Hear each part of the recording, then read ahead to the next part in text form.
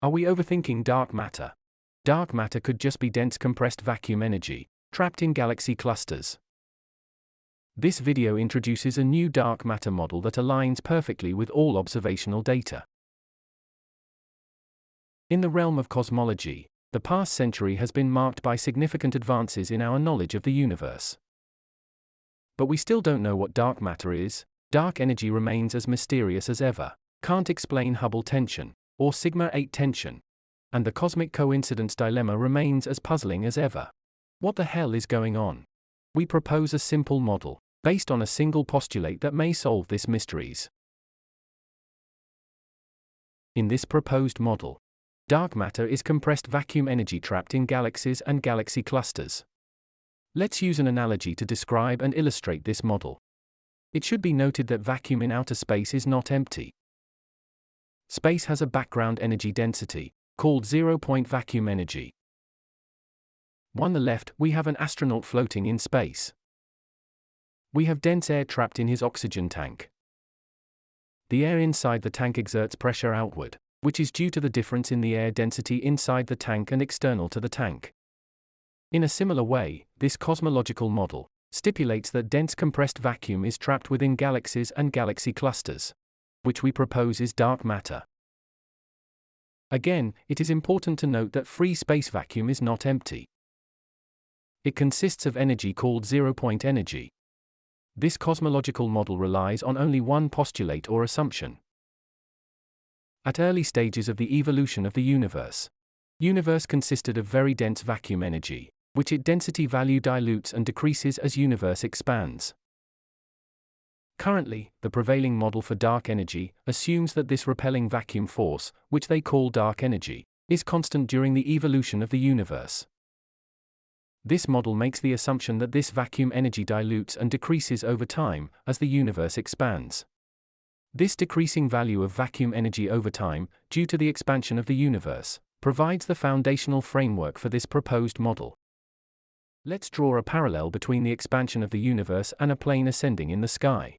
And let us consider the similarity between the plane's body, capturing air within it, and galaxy clusters, containing vacuum space within their structures.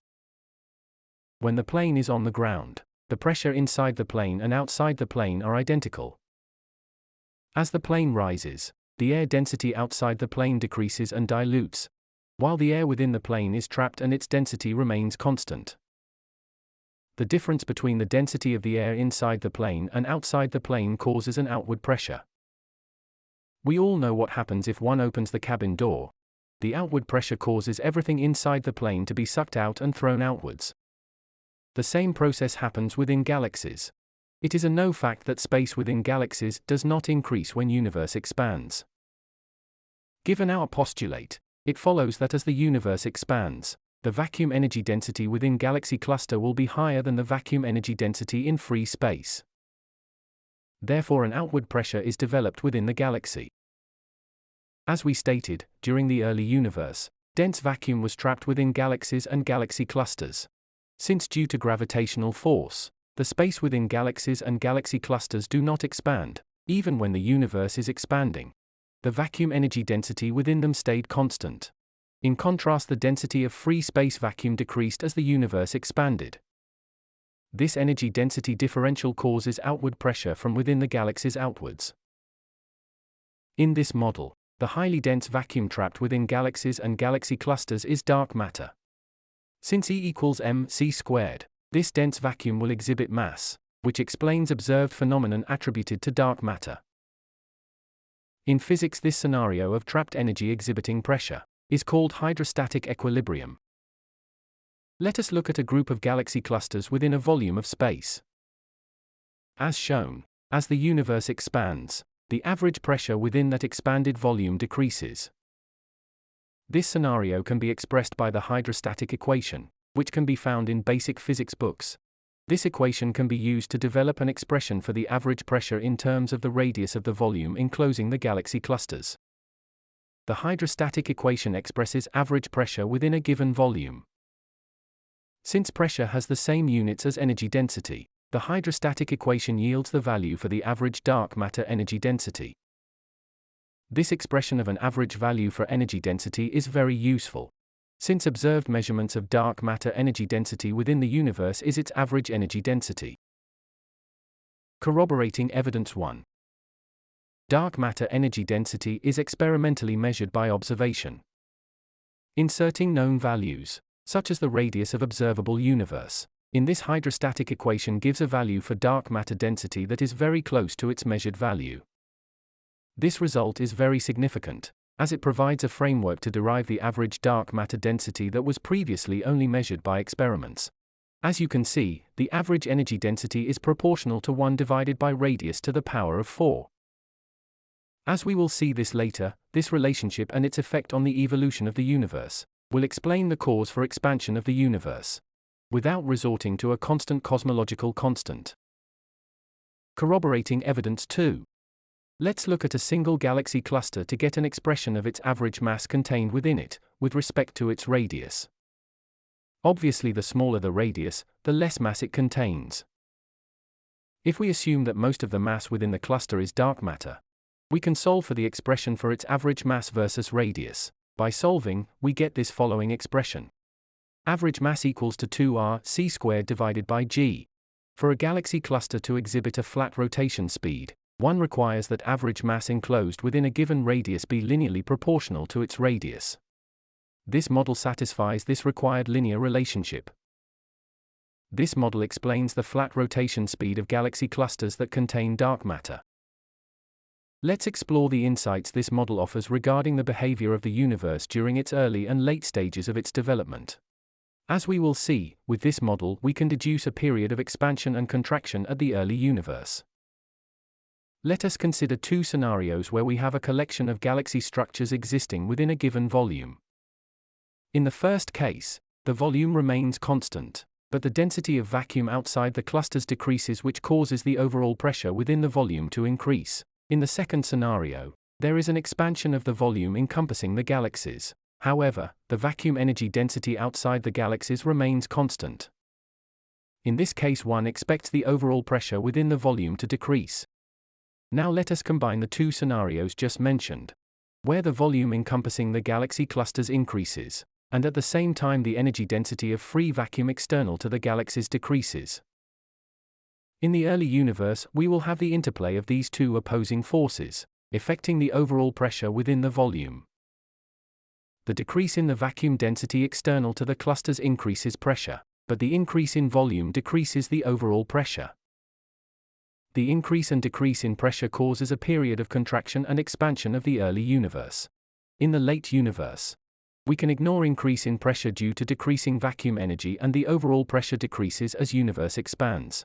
The period of contraction and expansion at the early universe can help explain the Si8 tension.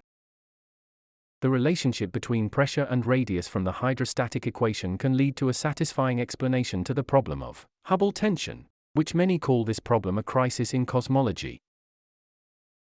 Currently, we encounter a discrepancy in the determination of the Hubble constant. One value arises from direct measurements of the Hubble constant in the late universe, while a different value is derived from theoretical models. Dr. Claudia de Rham outlines a possible solution for this tension. One proposed solution is that dark matter dilutes more rapidly than the current model allows. In our proposed model, by looking at the hydrostatic equation, dark matter, indeed, decreases more rapidly than the current model, by factor of 1 divided by a to power of 4 instead of 1 divided by a to power of 3. Let us now examine the perplexing situation surrounding the Si8 tension. The Si8 tension involves the discrepancy between the observed smoothness of the late universe and values derived from theoretical models. The measurement of the smoothness value in the late universe is obtained through experimental analysis of the distribution pattern of galaxies.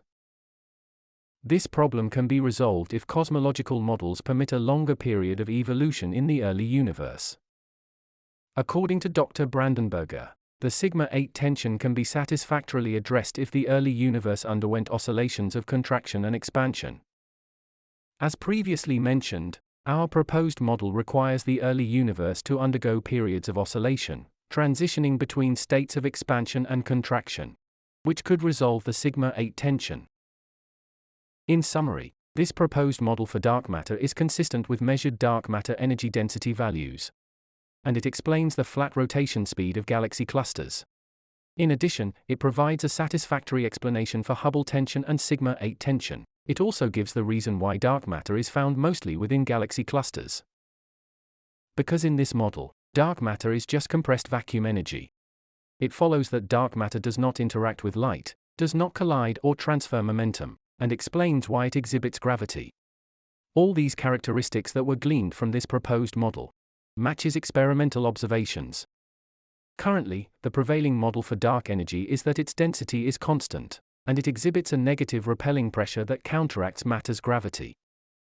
In this proposed model there only exists vacuum energy. This vacuum energy exhibits no repelling antigravity pressure and dilutes and decreases over time as the universe expands. This decreasing value of vacuum energy over time, due to the expansion of the universe, provides the foundational framework for this proposed model. The Friedmann equation shown in this slide outlines the manner which universe accelerates. As shown, here in the equation for our new model, we include a term for pressure for dark matter. This is in contrast to the current model, where it is believed that dark matter does not exhibit pressure. In addition, the vacuum energy term omega v is inside the parenthesis, where instead of being constant, as assumed by the current model, it decreases with a rate of 1 divided by a to power of 3. Applying these to the equation, we can derive the time when universe started accelerating. Corroborating evidence 3. Any model should be consistent with the observational fact that universe is accelerating. By inserting the measured value for relative density of baryonic matter, dark matter, and vacuum energy into the modified Friedmann equation for our model, we derive the time for the beginning of acceleration of the universe, at approximately 4 billion years ago, which within range allowed by recent observations. It also must be noted that it is important that the current and proposed model exhibit very similar history of the expansion of the universe at the past. As one can see here, the new model matches closely the history of expansion of the universe in the past, but in this model in the future acceleration slows down to 0. This model has a good explanation for the unanswered question of cosmic coincidence. In the current model, the relative density of dark energy and dark matter are in the same order of magnitude in the present time, and only for a brief span of time. The question is, why are we privileged to live in such a time when these relative densities are in the same order of magnitude, while in most of the duration in the evolution of the universe this was not the case? Is this a coincidence? In our model, dark matter and vacuum energy dilutes at different rates.